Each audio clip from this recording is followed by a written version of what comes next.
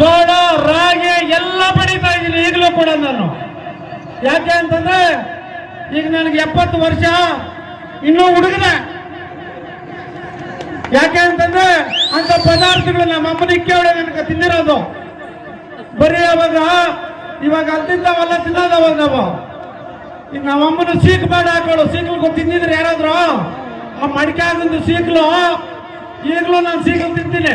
ನಮ್ಮ ಮನ್ಯಾಗ ಅನ್ನ ಮಾಡಿದ್ರೆ ಕೆಳಗಿನ ಸೀಕ್ಲು ಇರ್ತದಲ್ಲ, ಅದ್ರ ನಾನು ಈಗಲೂ ತಿಂತಾ ಇದ್ದೀನಿ. ಅದ್ರ ಟೇಸ್ಟ್ ಅದು ತಿಂತಾ ಇದ್ರೆ ಆ ಎಣ್ಣೆಲ್ಲ ಇಬ್ರಿರ್ತದ ಅದ್ರಕ್ಕ, ಅದ್ರ ರಗಮೇ ಬೇರೆ.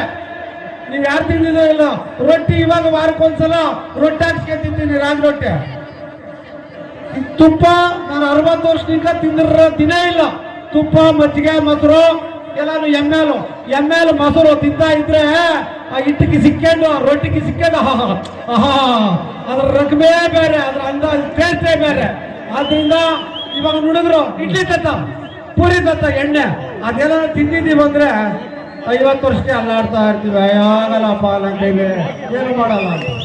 ಆದ್ರಿಂದ ನಾವು ತಿನ್ನೋ ಪದಾರ್ಥದ ಮೇಲೆ ಎಲ್ಲ ಡಿಪೆಂಡ್ ಆಗೋದು. ರಾಗಿ ರೊಟ್ಟಿ ತಿನ್ರಿ, ಮುಚ್ಚೆಡ್ ಚಟ್ನಿ ತಿನ್ರಿ, ಎಣ್ಣೆ ಹಾಲಾಗ್ರೆ ಮೊಸರು ತಿನ್ರಿ, ಮಜ್ಜಿಗೆ ತಿನ್ರಿ. ಇವಾಗ ನೀವು ಯಾರ ತಿಂತಾ ಇದ್ದೀರೋ ಇಲ್ಲ ನೀವು ಗೊತ್ತಿರ್ಬೋದು.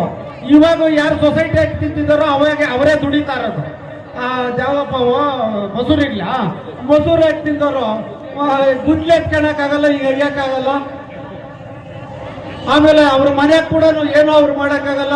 35-40 ವರ್ಷಕ್ಕೆ ನಾನೇನು ತಿನ್ನಲ್ಲಪ್ಪ, ನಾನೇನು ತಿನ್ನಲ್ಲ, ನಂಗೆ ಶುಗರ್ ಅದೇ, ಅದದೇ ಇದದೇ, ನಾನು ದಿನ ಆಸ್ಪತ್ರೆಗೆ ಹೋಗ್ಬೇಕು. ಯಾವ ಮಿಸಿನ್ ಆಸ್ಪತ್ರೆ? ಯಾಕ ಇವಾಗ ನನ್ನ ಸೊಸೆಗಳಿಗೆ, ನನ್ನ ಹೆಂಡ್ರಕ್ಕ, ನನ್ನ ಮಕ್ಕಳಿಗೆಲ್ಲ ಅದೇ ಬುದ್ಧಿ ಕಲ್ಸಿದ್ದೀನಿ. 7 ಜನ ನನ್ನ ಮೊಮ್ಮಕ್ಕಳು, ನನ್ನ ಮಗಳಿಗೆ, ನನ್ನ ಸೊಸೆಗಳಿಗೆ 7 ಜನ ಮಕ್ಕಳಿಗೆ ಗೌರ್ಮೆಂಟ್ ಹಾಸ್ಪಿಟ್ಲಾಗೆ ನಾನು ಮಾಡಿಸಿರೋದು. ಇರಿಗೆ ₹1 ಖರ್ಚು ಮಾಡಿಲ್ಲ. ಇವಾಗ ಏನೂ ಇಲ್ಲ. ಅವ್ರಿಗೆ ಹೇಳ್ತೀನಿ 6 ತಿಂಗಳು 7 ತಿಂಗಳು ಆದ್ರೆ ಅಮ್ಮಯ್ಯ ನೀನು ಹಿಂಗೆಲ್ಲ ಇದ್ರಾಗಲ್ಲ, ಓಡಾಡ್ಬೇಕಮ್ಮ, ಚೆನ್ನಾಗಿ ನಡಿಬೇಕಮ್ಮ, ನೀನು ಆರೋಗ್ಯವಾಗಿರ್ಬೇಕಾದ್ರೆ ಸರ್ವಿಸ್ಗೆ ಹೆರಿಗೆ ಆಗ್ಬೇಕಂದ್ರೆ ನೀನೆಲ್ಲ ಇದ್ರೇನೆ ಅನ್ನೋ ಮಾತನ್ನು ಮೊದಲಿಗೆ ನಾವು ಸೃಷ್ಟಿ ಮಾಡಿರ್ಬೇಕು.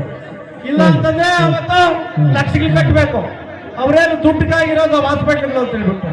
ಮುಕ್ಕಾಲು ಭಾಗ ನಮ್ಮ ಆರೋಗ್ಯ ನಾವು ಕಾಪಾಡ್ಕೊಬೇಕಾದ್ರೆ ನಾವು ತಿನ್ನೋ ತಿಂಡಿಗಳೇ ನಮ್ಮ ಒಂದು ರೂಪರೇಖೆಗಳನ್ನ ರೇಖಿಸೋದು, ನಮ್ಮ ಆರೋಗ್ಯ ಚೆನ್ನಾಗಿಡಕ್ಕಾಗೋದು.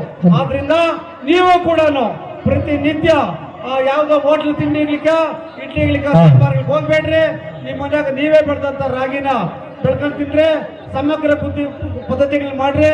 ನಿಮ್ಮ ಮನೆಗಳ ಜಾಗ ಇದ್ರೆ, ಇತ್ಲಾಗ ಜಾಗ ಇದ್ರೆ ಒಂದು ಬಾಳೆ ಗಿಡ ಹಾಕೊಂಡ್ರಿ, ಒಂದು ನಿಂಬೆ ಗಿಡ ಹಾಕೊಂಡ್ರಿ, ಒಂದು ಪಪ್ಪಾಯಿ ಗಿಡ ಹಾಕೊಂಡ್ರಿ, ಈ ತರ ಒಂದು ಗೋಡಂಬಿ ಗಿಡ ಹಾಕೊಂಡ್ರೆ, ಒಂದು ಮಾವಿನ ಗಿಡ ಹಾಕೊಂಡ್ರೆ ಅವಕ್ಕೇನು ಏನು ಹೆಚ್ಚಿಗೆ ಮಾಡೋಷ್ಟಿಲ್ಲ.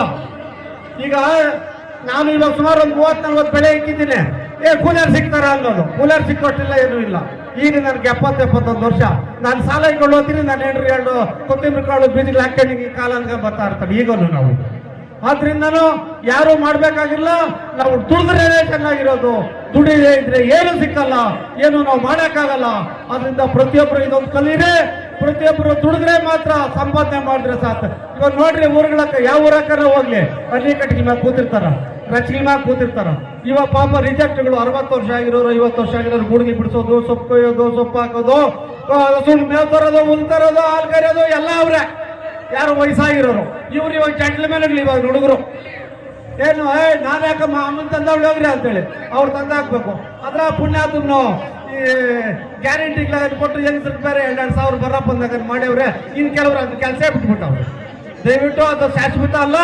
ನಾವು ದುಡ್ದಿದ್ದೆ ಶಾಶ್ವತ, ನಾವು ಮಾಡಿದ್ದೆ ಶಾಶ್ವತ. ನಾವು ಚೆನ್ನಾಗಿರೋ ಬೆಳಿಬೇಕು, ಚೆನ್ನಾಗಿರೋ ಪದಾರ್ಥಗಳು ಬೆಳೆದು ನಮ್ಮ ಮನೆಯಲ್ಲಿ ಏನು ನಾವು ಸೊಪ್ಪು ಸೆಲ್ಲಿ ಹಾಕಿರ್ತೀವಿ. ಸೊಪ್ಪು 365 ದಿನದಾಗ 250 ದಿನ 300 ದಿನ ನಮ್ಮ ತೋಟದಾಗ ಸೊಪ್ಪು ಇರ್ತದ, ಕೊತ್ತಂಬರಿ ಸೊಪ್ಪು ಇರ್ತದ, ಎಲ್ಲ ಇರ್ತದ. ಒತ್ತಿನ ಹೋಗಿ ನಾನು ನನ್ನ ಹೆಂಡ್ರು ಕಿತ್ಕೊಂಡ್ ಬರ್ತೀವಿ. ಸೊಪ್ಪು ಹೆಸರು ಉಪ್ಪಿನ ಹೆಸರು ಮಾಡಿ ಈ ಬುದ್ಧಿ ಬಿಸಿ ತಿಂತಾ ಇದ್ರೆ ಅದ್ರ ಏನ್ರಿ ಅದ್ರ ಟೇಸ್ಟು, ಅದ್ರ ಮಗಮ.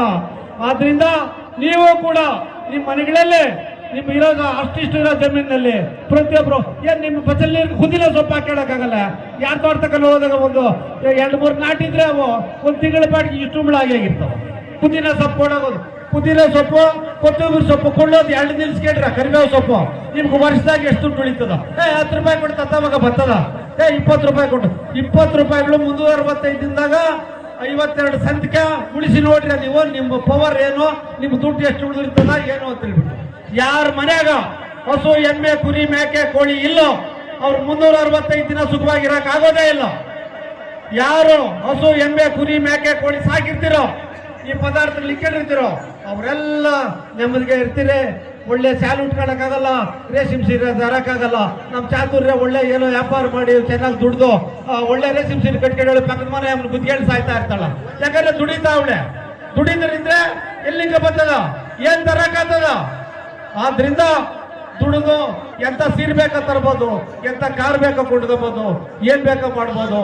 ನೀವೇನು ಬೆಳಗ್ಗೆ ಏನ್ ಹೇಳ್ತಾ ಇದ್ದೀರಿ, 6 ಗಂಟೆ ಕೇಳೋ ಬದಲು 5 ಗಂಟೆಗೆ ಎದ್ದೇಳ್ರಿ ನೋಡ್ರಿ. ಅವಾಗ ಅದ್ರ ಮಜಾನೇ ಬೇರೆ, ಆರೋಗ್ಯನೇ ಬೇಡ. ಆದ್ರಿಂದ ಯಾರು ಕೂಡ ನಿಶ್ಚಿಂತೆಯಾಗಿರೋಷ್ಟಿಲ್ಲ.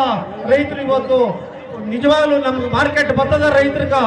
ಆದ್ರಿಂದ ಪ್ರತಿಯೊಬ್ಬರು ಜಮೀನುಗಳು ಇಕ್ಕೊಂಡ್ರ, ಜಮೀನುಗಳು ಇದ್ರೋ ಜಮೀನುಗಳು ಮಾರಕ್ ಹೋಗ್ಬೇಡ್ರ. ಆದ್ರಿಂದ ನಿಮ್ಮ ಜಮೀನಲ್ಲಿ ನೀವು ಸಮಗ್ರ ಕೃಷಿ ಪದ್ಧತಿಗಳನ್ನ ಇಟ್ಕೊಂಡು ನೀವು ಬೆಳೆದು ಆರ್ಥಿಕ ಮಟ್ಟ ಸುಧಾರಿಸಿದ್ರೆ ಅಷ್ಟೇ ಸಾಕು. ಈಗ ಎಲ್ಲ ಕಾತುರರಾಗಿದ್ದೀರಿ, ಏನ್ ನಮ್ಮ ಭಾಷೆ ನಿಮ್ಗೆ ಬೇಕಾದೇ ಬೇಡ. ಇವಾಗ ಫಸ್ಟ್ ಕೋಲಾಟ ನೋಡ್ಬೇಕು, ಭಜನೆ ನೋಡ್ಬೇಕು, ಅಥವಾ ಯಾರೆಲ್ಲ ಅವ್ರು ರಿಕಾರ್ಡ್ ಡ್ಯಾನ್ಸ್ ಹೊರ ಮಾಡಿದ್ರೆ ಡ್ಯಾನ್ಸ್ ಮಾಡ್ತಾ ಇದ್ರೆ ಅದ್ರ ನೋಡಕ್ ಇನ್ನ ಉತ್ಸುಕರಾಗಿರ್ತಿದ್ರೆ ಇರ್ಲಿ. ಅದು ಕೂಡ ಒಂದು ನಮ್ಮ ನಾರಾಯಣ ಸ್ವಾಮಿ ನೀವು ಗ್ರಾಮಸ್ಥರ ಒಂದು ನೇತೃತ್ವದಲ್ಲಿ ಅದು ಕೂಡ ಮಾಡಿಸ್ತಾರೆ. ಈ ಸತಿ ರಿಕಾರ್ಡ್ ಡ್ಯಾನ್ಸ್ ಹಾಕ್ಸಪ್ಪ, ನೆಕ್ಸ್ಟ್ ಇದಕ್ಕ ರಿಕಾರ್ಡ್ ಆರ್ಕೆಸ್ಟ್ರಾಗೆ ನೋಡು. ಅವಾಗ ಆಕಾಶ ಇಲ್ಲ ಅಂತಾರ, ಕುಡಿತಾ ಇರ್ತಾರ. ಆದ್ರಿಂದ ಅವೆಲ್ಲ ಬಿಟ್ಟು ನೋಡು. ಇವಾಗ ಇದು ಯಾವುದು ಕನಕದಾಸರ ಮಹಾತ್ಮೆ, ದಾವದಾತ್ನ ಮಹಾತ್ಮೆ, ಸಾಸವ ಸಿನ್ನಮ್ಮನ ಕತೆ, ಪಂಡ್ರಿ ಭಜನೆ, ಕೋಲಾಟ ಇಂಥ ಮಾಡ್ರಿ. ಅದ್ರಾಗಿರೋ ಆನಂದನೇ ಬೇರೆ, ಅದ್ರಾಗಿರೋ ಮಜಾನೇ ಬೇರೆ. ಇಷ್ಟೊಂದು ಹೇಳಿ ಇಷ್ಟೊಂದು ಮಾತಾಡೋದಕ್ಕೆ ಅವಕಾಶ ಕೊಟ್ಟಂತ ತಮ್ಮೆಲ್ಲರಿಗೂ ವಂದಿಸಿ ನನ್ನ ಮಾತುಗಳನ್ನು ಮುಗಿಸ್ತಾ ಇದ್ದೀನಿ.